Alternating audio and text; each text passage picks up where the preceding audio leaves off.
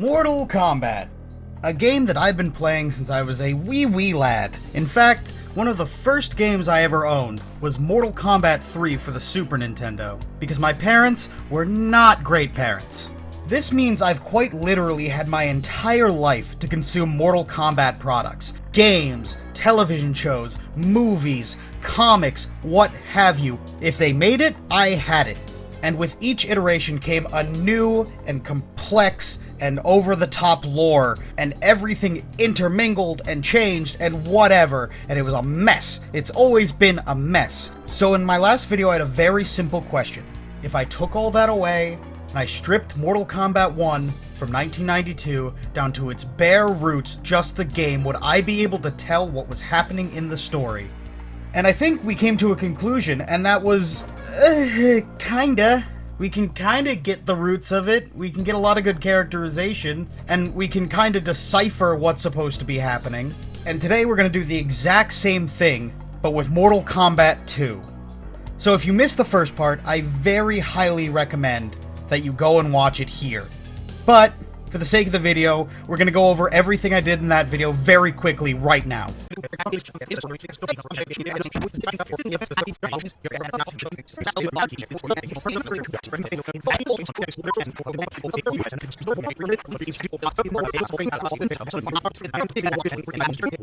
Oh, what fun, what good times, what incredible content.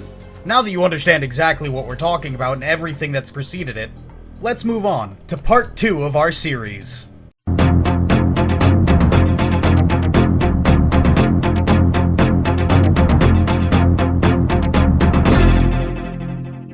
"500 years ago, Shang Tsung was banished to the Earth Realm.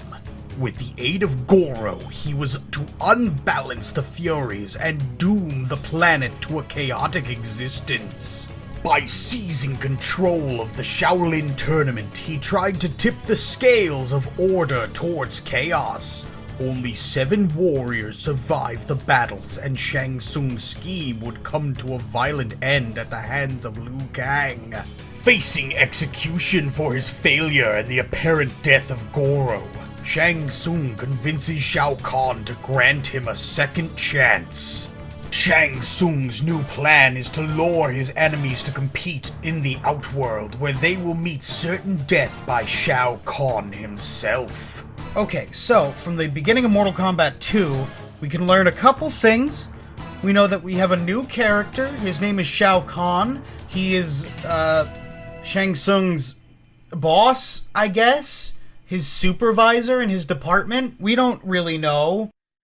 We know that he threatens to kill him because Goro died, and we also know that he lost to Liu Kang, which is huge, because that's what we predicted in the last video. So we were right. Good job, John Tobias and Ed Boon. You got that through. But all in all, that's pretty much all we get from the opener. We know that Shang Tsung failed in Mortal Kombat 1 because of Liu Kang. We know that Shao Kahn spared his life, and we know that he has one more chance to make it right, or else Shao Kahn will have his head. So I guess with all that said, we can jump right into it and meet our roster. A total of 12 characters this time, up from 7 in MK1. So let's start with Reptile. Oh, Reptile! I guess I should mention, because some people have asked me about it, that Reptile is technically in Mortal Kombat 1, and I didn't talk about Reptile in my Mortal Kombat 1 video. And why didn't I talk about Reptile in my Mortal Kombat 1 video? Since Reptile is technically in Mortal Kombat 1. My answer for this is simple. Very easy. My whole thesis statement was somebody playing the game by themselves trying to get lore, and here's the secret.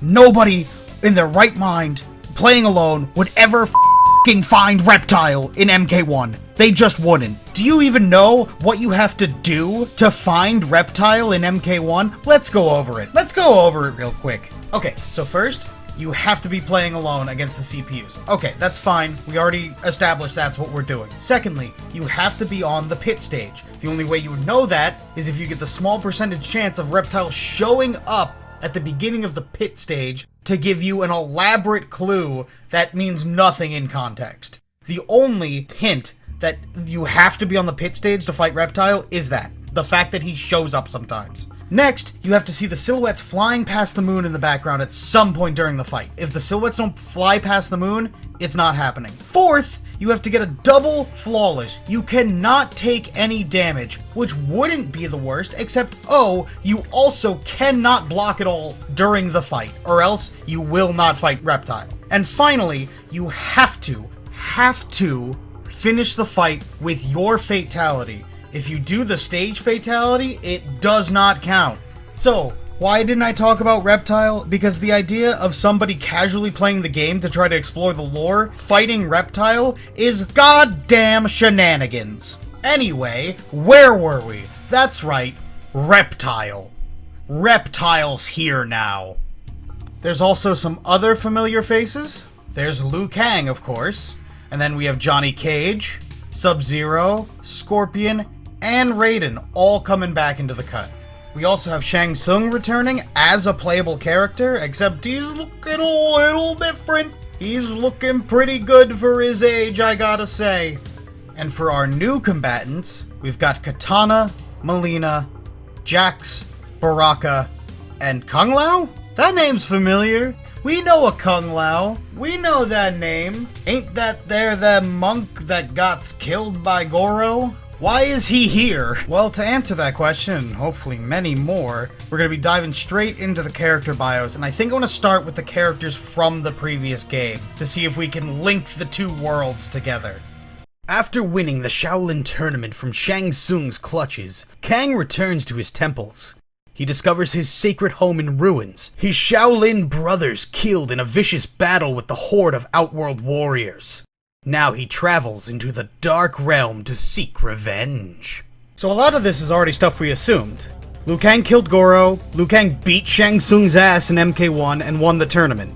What I guess we shouldn't have expected was that he would get home and find that all of his friends are dead. That's kinda nuts. Outworld's forces showed up on Earth and just hella murked his entire family. So, it's kind of refreshing that his motivation is completely explained in his bio. I understand completely why my man would jump into a portal and go fight Shao Kahn in another dimension. My man was brutalized. What's interesting that it also explains to us is that Mortal Kombat 2 has to be literally right after Mortal Kombat 1. There is no delay, there's no gap in the timeline. Liu Kang beats Shang Tsung's ass, Shang Tsung goes back disgraced, Shao Kahn's like, "You get one more chance, don't fail me again!" And then, Shang Tsung leads an army of Outworld to go brutally murder the entirety of the Shaolin. My man works quick. After Shang Tsung's tournament, the martial arts superstar disappears. He follows Liu Kang into the Outworld. There, he will compete in a twisted tournament which holds the balance of Earth's existence, as well as the script for another blockbuster movie. And what a shocker, we get absolutely nothing from Johnny Cage's bio. I guess we get that he's friends with Liu Kang. We didn't know that before, I guess, because he's going with him to Outworld. Other than that, no shock, it's a joke, moving right along. Thought to have been killed in the Shaolin tournament, Sub-Zero mysteriously returns. It is believed he traveled into the Outworld to again attempt to assassinate Shang Tsung. To do so, he must fight his way through Shao Kahn's tournament.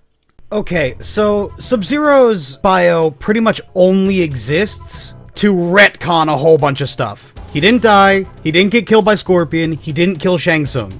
Other than that, according to his bio, his mission is exactly the same.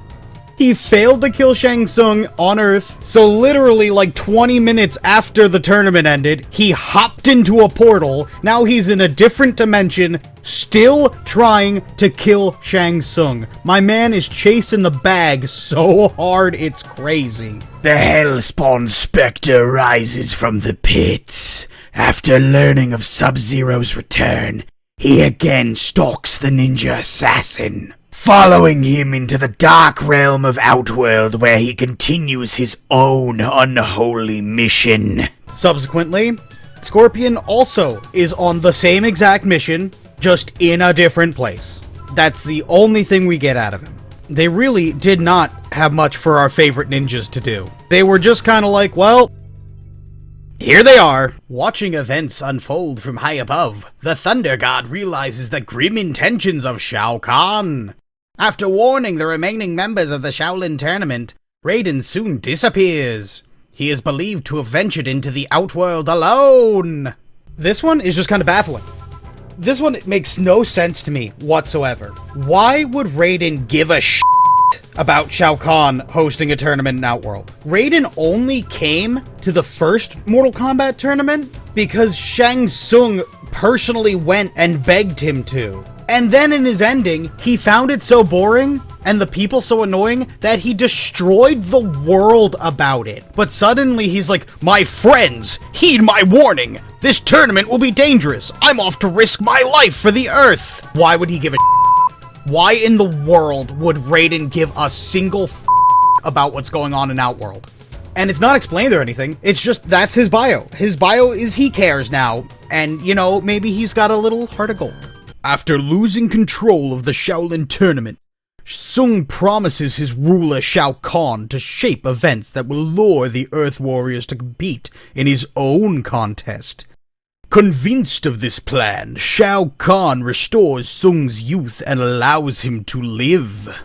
Well, actually, from this game and the last game, we actually have a lot of information on Shang Tsung. We know that he works for Shao Kahn. We know that he went to Earthrealm to take over the Mortal Kombat tournament so that he could bring chaos or something. We know that he fails at this in Mortal Kombat 1 after 500 years because Liu Kang beats the ever-loving out of him. We know that because of this, he has to beg Shao Kahn for forgiveness and reveal his new plan, which is to make everybody from the tournament come to Outworld to fight in the Outworld tournament. And part of this plan is him invading the Shaolin temples and killing all of Liu Kang's friends. What hasn't been explained, really, is how a martial arts tournament creates chaos in the world. And how him being defeated in said martial arts tournament, but then doing another martial arts tournament somewhere else, brings chaos to Earth. It's very, very vague, and I don't really understand the importance of the tournament if at any point Shang Tsung could just invade the Earth with a whole bunch of Outworld warriors. But maybe that'll be cleared up later? I don't know. As Shang Tsung's personal protector, the elusive reptile lurks in the shadows, tapping all those who would do his master harm. His human form is believed to disguise a horrid reptilian creature, whose race was thought extinct millions of years ago. Sorry, had something caught in my throat there. So we actually get a lot of neat stuff about Reptile here. Besides the fact that he was technically he was in Mortal Kombat 1. We also learned that he was Shang Tsung's ninja bodyguard, which makes sense in the context of his appearance in MK1.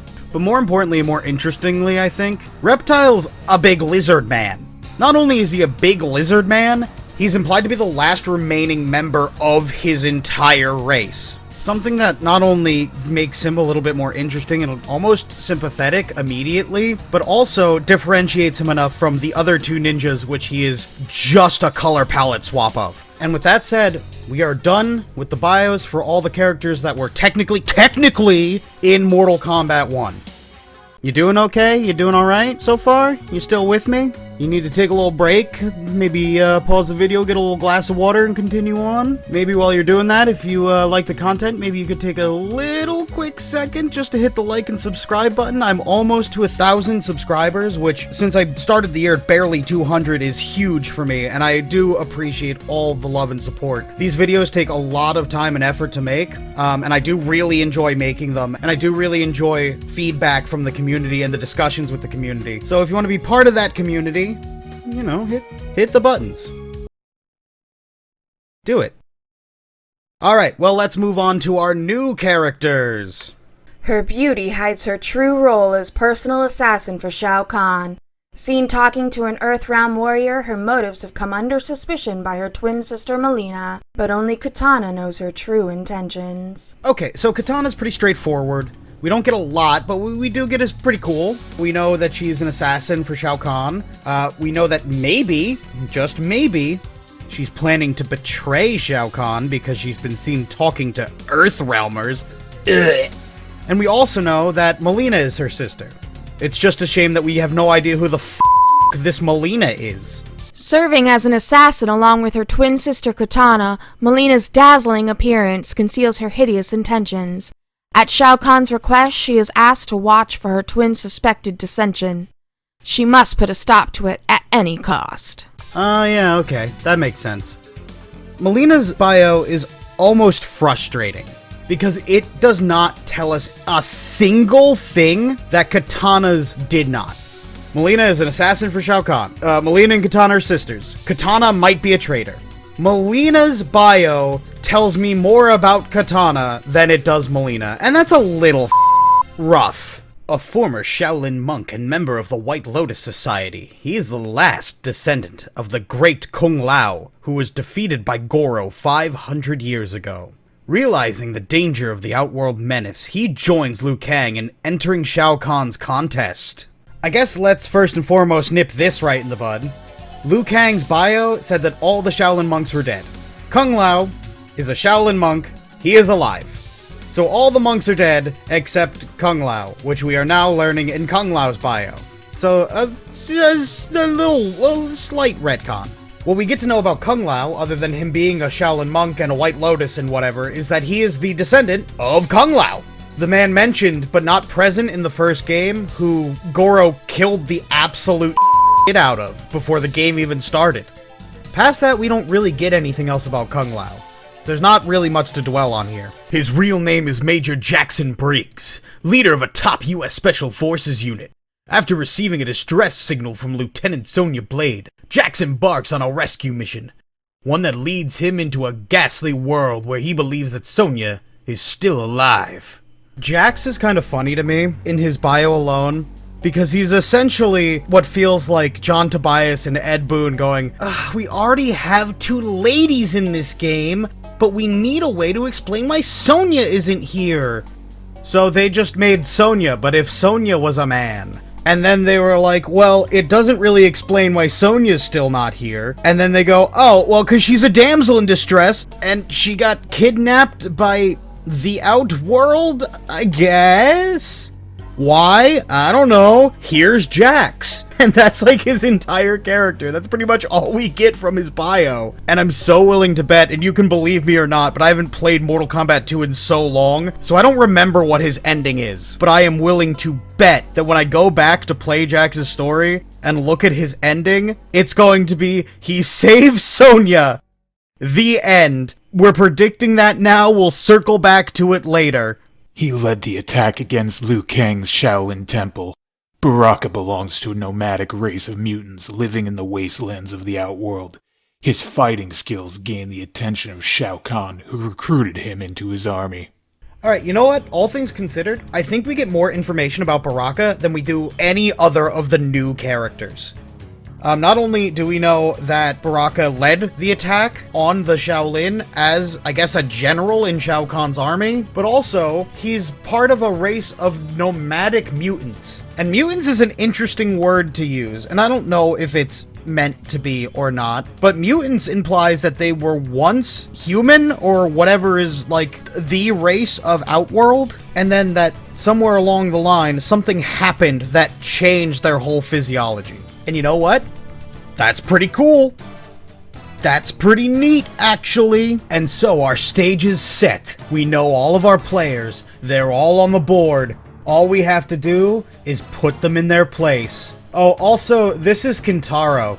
Kintaro, much like Goro, is a half-man, half-dragon. Kintaro, much like Goro, is the sub-boss before you fight the main boss of the game. Kintaro, much like Goro, is a four-armed monster that throws you around the ring. Kintaro, unlike Goro, has no story relevance. He is just there because Goro was in the first one and they needed another Goro. So we will not be wasting any more time on him. Forget that he exists.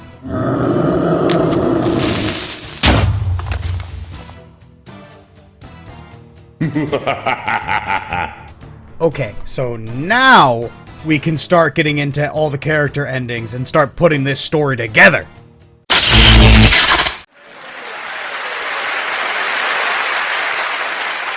Raiden wins. Familiar with Shang Tsung's lies and Shao Kahn's brutality, Raiden accepts their challenge to compete in an Outworld tournament. He is well aware of their scheme to unbalance the Furies and invade the Earth realm.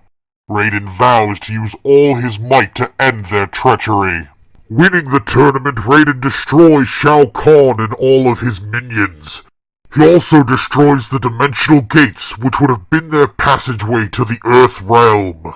I just don't know what to say about Raiden. The tonal shift from the first game to this one is insane. So his ending, he kills Shao Kahn, he kills Shang Tsung, assumedly, when he says he destroys all of his minions, and then he closes all the portals to Earthrealm. And I can't help but just think, why? Why does he give a Why does he care at all? It just boggles my mind from the first game.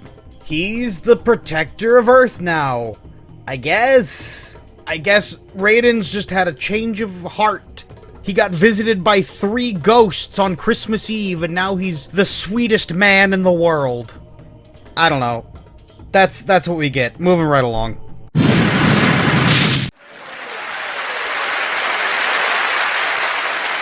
Scorpion wins. Upon learning of Sub-Zero's reappearance, Scorpion enters Shao Kahn's tournament. He witnesses Sub-Zero spare the life of an opponent and realizes that this is not the same Sub-Zero who murdered him so long ago.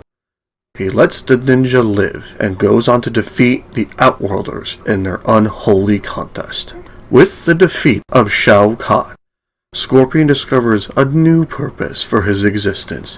He becomes the guardian of the new Sub-Zero to atone for murdering his older brother, and in preparation for a 3rd tournament. Scorpion's ending in this game, again, just proves how intrinsically linked him and Sub-Zero are. Because his ending is more about Sub-Zero than it is about Scorpion. Sub-Zero isn't Sub-Zero. Sub-Zero's Sub-Zero. Not the Sub-Zero in MK1, the Sub-Zero in MK2. We're all on the same page on that, right? Okay.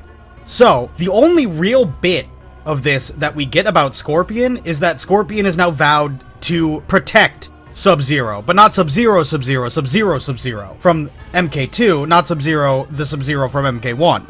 Also, what do you mean a 3rd tournament? They just dropped that with no explanation, no elaboration, just, oh, by the way, also there's a 3rd tournament, I guess. Scorpion knows about it. Does anybody else? We don't know, but Scorpion does. Otherwise, frankly, we don't really get any new information about Scorpion at all.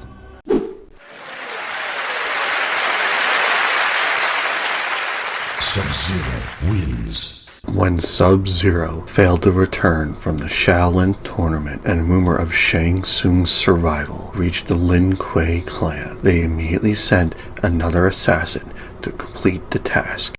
This new warrior is actually the younger brother of the original Sub-Zero.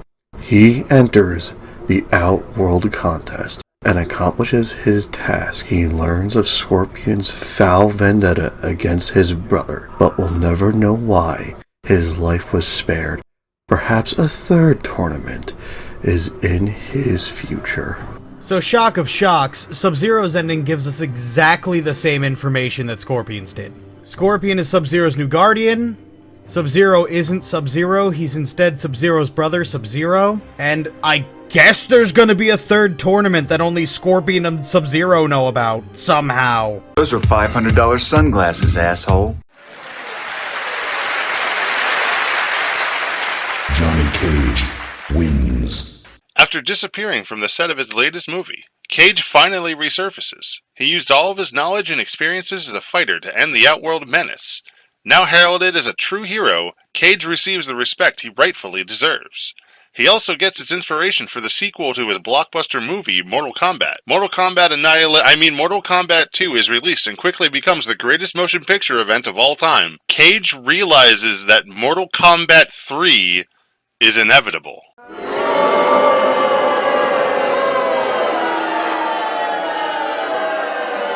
Oh, brother, this guy stinks!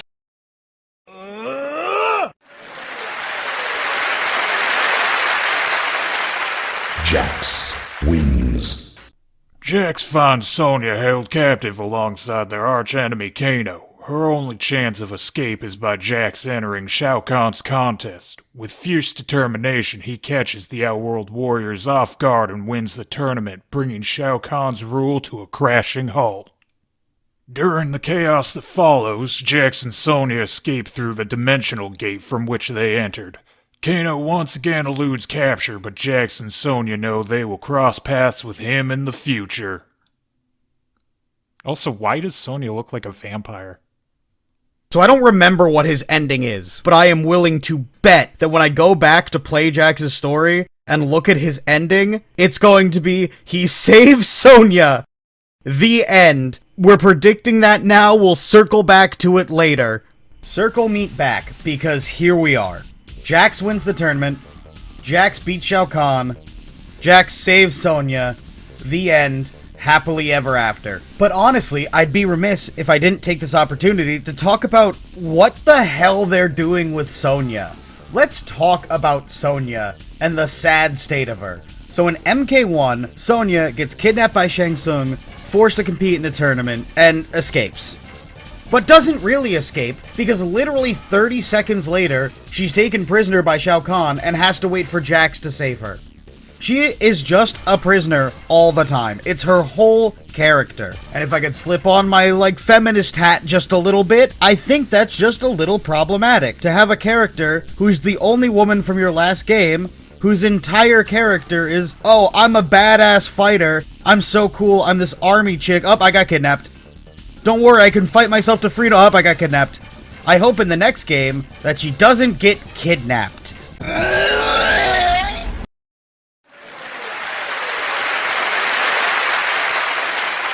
Reptile wins. Reptile has always loyally served as Shang Tsung's protector, while maintaining a very low profile in the first tournament. He discovered Tsung's plot to force the remaining members of his near-extinct race into slavery under Shao Kahn's rule. Reptile then devises a plan of his own. He enters the Outworld tournament, defeats Shao Kahn, and turns against Shang Tsung, ending his master's scheme. Now his race can live on in their own peaceful existence. Okay, so we get a little bit for Reptile. We learn that he's not actually the last of his race, literally. There are a few more of his race left, I guess. However, Shang Tsung is planning to enslave them. I think this might allude to the fact that Shang Tsung, not a good guy. Shocker! The guy who wanted to cover the earth in his sticky black goo of chaos isn't a good person? No! Anyway, Reptile betrays him. I think those are really the two key points. There's hope for Reptile's race, and Shang Tsung betrays him, so Reptile betrays him back. I am no man.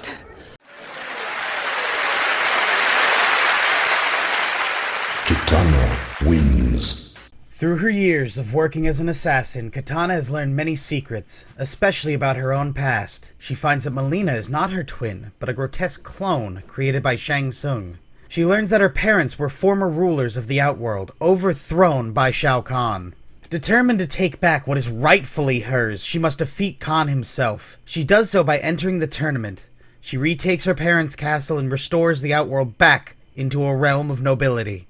Okay, so we get a lot in Kitana's ending. Not only do we learn that Mileena is not her sister, but instead a clone made by Shang Tsung, we also learn that Kitana is, or at least was, a princess of Outworld, and is possibly the lawful heir to the throne. And the only reason she's not queen right now is because Shao Kahn killed her parents to take over Outworld. Which, since for the sake of this experiment, we're saying that I don't know what happens later, I can confidently say will never ever get retconned.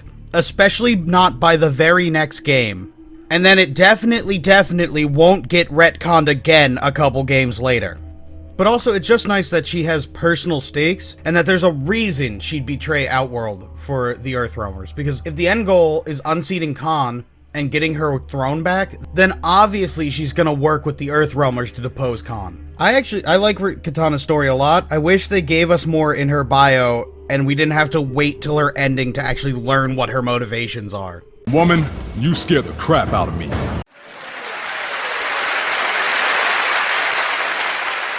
Melina wins. Once thought to be Katana's twin sister, Melina is actually a grotesque clone created by Shang Tsung. With Shao Kahn suspicious of Katana's motives, Melina seizes the opportunity to attack Kahn and his minions. Caught off guard, they are no match for Melina's speed. She wins the tournament, and together with her secret companion, Baraka, they rule the world as king and queen. Okay, so Melina gives us a little bit of characterization here. First and foremost, what? Oh my god! What's wrong with your face?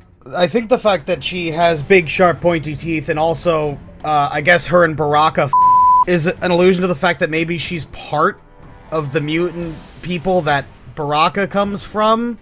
Maybe Shang Tsung just like dipped a little of their DNA in there when creating her. I think that's the implication. Other than that, I think the only thing we really get is that she is willing to kill whoever to take control of Outworld. She wants the throne, full stop. And again, like Katana, it would have been nice to know her motivations before her ending, but I guess beggars can't be choosers.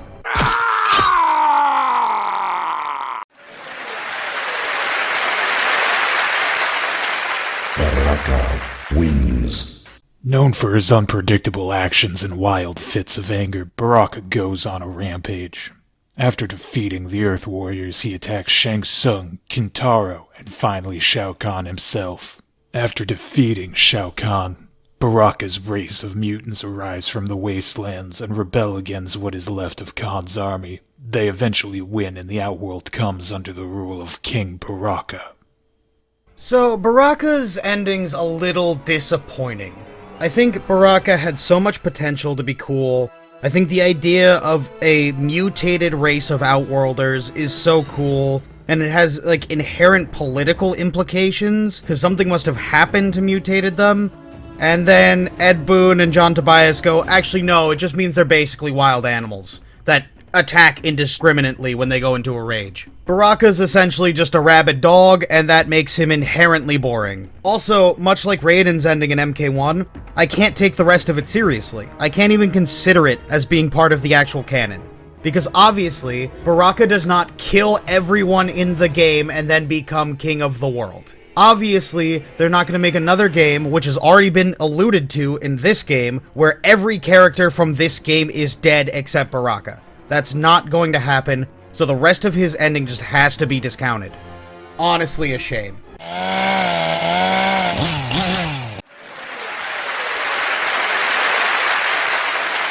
Kung Lao wins. A former Shaolin monk alongside Liu Kang, Kung Lao also grieves for the loss of their Shaolin brothers.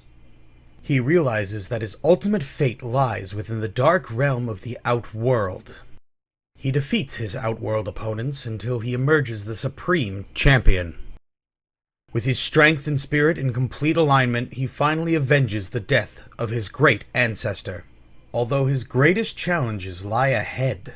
I fear that literally everything we learn from Kung Lao's ending, we already know. We know that he's a White Lotus, we know that he's friends with Liu Kang, we know that he's a descendant of Kung Lao, and that's his entire ending. The only thing that we get of any relevance is that we can now say for certainty what Ancestor Kung Lao looks like, and he's some dorky looking bald guy. Glad we cleared that up. This was totally worth it. Your soul is mine. Shang Tsung wins. Shang Tsung not only turns against and defeats both Kintaro and Shao Kahn, he also takes over their rule of the Outworld. With Shao Kahn's armies at his command, he finally unbalances the Furies, and weakens the dimensional gate between the Outworld and the Earth Realm. Along with his elite group of sorcerers, he uses this weakness to march a never-ending horde of demons into the Earth and doom its inhabitants to an eternal darkness. Have a nice day! So what do we know about Shang Tsung? We know that he's plotting, we know that he's evil, we know that he's underhanded, and all of these things make me love the idea that he's going to try to betray Shao Kahn and take over the throne. I still don't really know what unbalance the Furies means, and why there has to be a tournament, and why he has to win the tournament, but the other tournament didn't matter but this tournament matters, and why he could just send an invasion to Earthrealm anyway, but now he needs to win the tournament in order to unbalance the Furies to send an invasion to Earthrealm. That's all nonsense. But I like the idea of him overthrowing Shao Kahn and then opening the gate to Earthrealm and sending the armies there. I think that's a really good way to lead in to Mortal Kombat 3. I think that'd be a very smart plot hook for them to go with for Shang Tsung to be the big bad in Mortal Kombat 3. That being said, it ends on the world is destroyed, have a nice day, which is exactly the same way that Raiden's ended in Mortal Kombat 1. And then the next game he was in, they completely changed his character. So I don't know how much to count and how much to throw away as a joke, which makes Shang Tsung's ending actually really frustrating.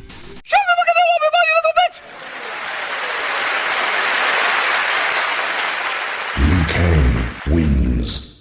With his Shaolin Temple in ruins, Liu Kang journeys into the Outworld, enters Shao Kahn's tournament, and unleashes a fury that does not end until the defeat of Shao Kahn.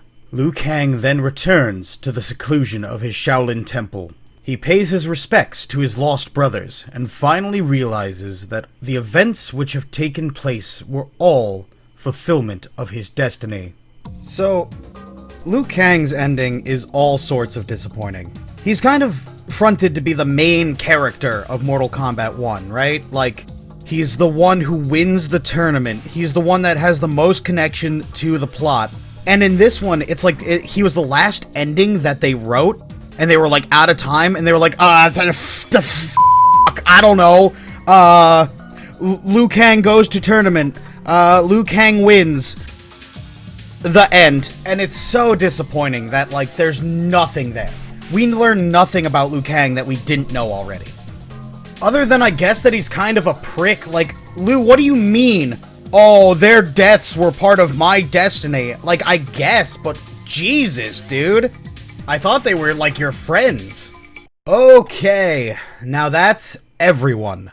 We've gone through every single character. Now, we can start putting pieces together. And I think it's appropriate to start with who I think won Mortal Kombat 2. Based on everything, based on all the stories, all the endings, who I think the one who defeated Shao Kahn is. Can I get a drum roll, please?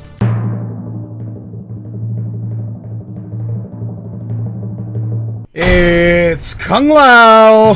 Kung Lao is our big winner for today!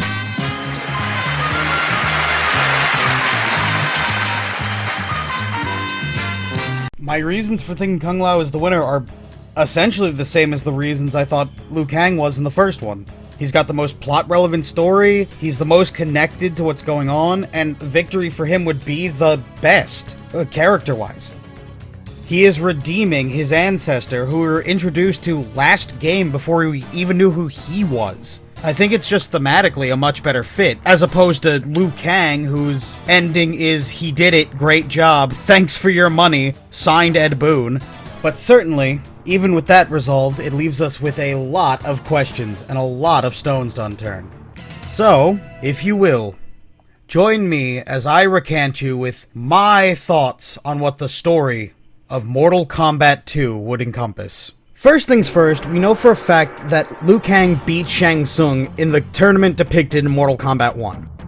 Almost immediately after this happens, Shang Tsung returns to the Outworld, grovels at Shao Kahn's feet for his failure, and Shao Kahn goes, "Brr, brr, brr, brr, brr, brr, brr. I'm evil! You better have an evil plan for my evil army or else I'll do evil magic on you!" And Shang Tsung goes, well, actually, boss, I do. I have a plan B. Here it is. And then Shao Kahn goes, "Brr, brr, brr, brr, brr, brr, brr, brr, brr. Yes, evil!"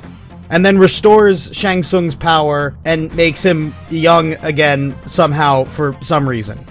Back on Shang Tsung's island, somehow, someway, even though I think it just happened story-wise, the Lin Kuei in China figure out that Sub-Zero is dead. And then they elect Sub-Zero's brother, Sub-Zero, to be the new Sub-Zero. Also, Shang Tsung, now with his new power, and new youth, I guess, raises an army of mutant nomads to open a portal to the Earth Realm and attack the Shaolin Temple that Liu Kang was from, I guess? I guess that's just a thing he could always have done, but for some reason he decided overly complicated 500-year plan involving martial arts tournaments. Anyway, him and his army kill absolutely everyone except for Kung Lao. While this is going on, often who knows the hell where, Scorpion is raised from the dead yet again because he learns that Sub-Zero is still alive, not knowing that new Sub-Zero is not old Sub-Zero, it's new Sub-Zero who's also Sub-Zero. Back at the temple, having been warned to hurry by Raiden, for some reason, Johnny Cage, Liu Kang, and Sonya all return to the Shaolin Temple to find everyone except Kung Lao eviscerated. It is a bloodbath. A short fight ensues where they're trying to fight back Shang Tsung's horde, and somewhere in the chaos of that fight, Sonya is kidnapped by Shang Tsung. A second time. She is again kidnapped by Shang Tsung. Thanks, Ed. Due to her being kidnapped and her subsequent departure to Outworld, Jackson Briggs loses contact with Sonya and makes his way towards her last known location. Then one by one, all the players enter the arena. First, it's Liu Kang, Kung Lao, and Johnny Cage accepting Shang Tsung's invitation and entering the portal to Outworld. Following that, tracking Shang Tsung, Sub-Zero makes his way to the portal and enters the Outworld. Scorpion enters following Sub-Zero, and then finally, Jackson Briggs makes his way to the Shaolin Temple, tracking Sonya, and enters the portal. All of our key players are now in the Outworld, just as Shao Kahn had hoped. But unsurprisingly, the Outworld is a dangerous and deadly place. This being brought to the attention of our three heroes the minute they step through the portal. Losing Shang Tsung, they are attacked by Katana and Mileena, two beautiful and deadly assassins for Shao Kahn. The three are ready for a fight to the death. But shockingly, Katana instead requests to her twin sister that the two of them retreat and go back to report to Shao Kahn. Mileena, visibly confused, agrees, and the two depart without much fanfare. Oh, and report to Shao Kahn Mileena does. Mileena lets him know that her sister seems to be wavering in her resolve. Shao Kahn instructs her that her sister may be a traitor and may be trying to help the Earthrealmers. He instructs Mileena to keep an eye on her sister, and to kill her if need be. Meanwhile, Sub-Zero number 2, colder and Sub-Zero-ier, is hot on the trail of Shang Tsung. This is much to the chagrin of Shang Tsung's personal bodyguard, Reptile, who confronts the Icy Ninja. The battle they have is short, with Sub-Zero quickly gaining the upper hand, but much to the surprise of Reptile and Scorpion, who is watching from afar from his martial arts cuck chair, Sub-Zero decides not to kill Reptile. He defeats him and leaves him. This is Scorpion's big clue that this Sub-Zero is not the ruthless murderer who he knew as Sub-Zero prior. This is a new man, a new Sub-Zero. Jax finds himself stumbling through Outworld, completely lost, but still trying to pick up any kind of scent on Sonya's trail. This leads him into a confrontation with Baraka. And I gotta be real, I have no source material to back this up. They're just two of the coolest characters, and I think them fighting would be sick. Either way, Jax beats up Baraka, but does not kill him, then continues on toward Shao Kahn's fortress in search of Sonya. Under the cover of night, Katana reveals herself to the three Earthrealmers, bringing them a peace offering and claiming to be on their side. She has recently learned of Shao Kahn and Shang Tsung's treachery, and learned that her twin sister is not in fact her twin sister, and that she herself was born and destined to become Outworld royalty before Shao Kahn brutally murdered her parents, who ruled as king and queen. The newly formed friends break bread and make merry, and there is much rejoicing. During this time, Reptile returns to Shang Tsung's labs after his humiliating defeat by Sub-Zero. When returning, he learns that Shang Tsung's plan is to enslave whatever is left of his race. In my head, this is because he walks in on a meeting between Shang Tsung and Shao Kahn's going, "Blah, blah, blah, blah. I'm so evil! Wouldn't it be so evil if I enslaved what's remaining of an almost extinct race?" And Shang Tsung goes, "Ha ha ha, yeah, that would be so evil. We're so evil together." And then they kiss. And Reptile just has to stand there horrified watching the whole thing. The following morning, making their way to Shao Kahn's fortress, our heroes are stopped by Melina and Baraka. Melina, confirming her sister's treachery, has vowed to kill her. But what's this? It's Jackson Briggs from the top rope! Out of nowhere, he caught up to him! Katana and Jax let the others run ahead of them as they take on Melina and Baraka. And so finally, our three heroes make their way to Shao Kahn's Coliseum, which lies in the very center of his fortress. Now their true tests begin. Meanwhile, and let's nip this in the bud because this will be the last time we're seeing them this game, Scorpion begins training the new Sub-Zero, getting him ready for an imminent third tournament that, for some reason, Scorpion knows about and is worried about. Bye-bye. Back in the A-plot, the melee is in full force. Liu Kang fights Shang Tsung, a rematch that Shang Tsung has been waiting for since his first defeat. And Kung Lao and Johnny Cage try desperately to deal any damage to Kintaro, the giant four-armed dragon monster who's also a tiger furry boy. But it's an impossible mountain to climb. Kintaro is just simply too strong, making light work of his opponents. And Shang Tsung, even though Liu Kang beat him just days ago, is a completely new man. His power amplified an insane amount, and his youth restored. Liu Kang just cannot get the upper hand on him. It looks bleak for our heroes. If only they had one ace in the hole, one thing that could turn the tide of this battle. You gotta give him that huck and spit on that thing. Reptile comes out of nowhere, here to take his revenge on Shang Tsung and Shao Kahn for their treachery. He gives a big whack right into Shang Tsung's face, covering it with his acid, making Shang Tsung an easy target for Liu Kang to finish off. With Liu Kang, Reptile, and Kung Lao all fighting Kintaro, they're able to push him onto the back foot. Just for a moment, but Kintaro soon regains control of the fight and pushes our heroes to their limits.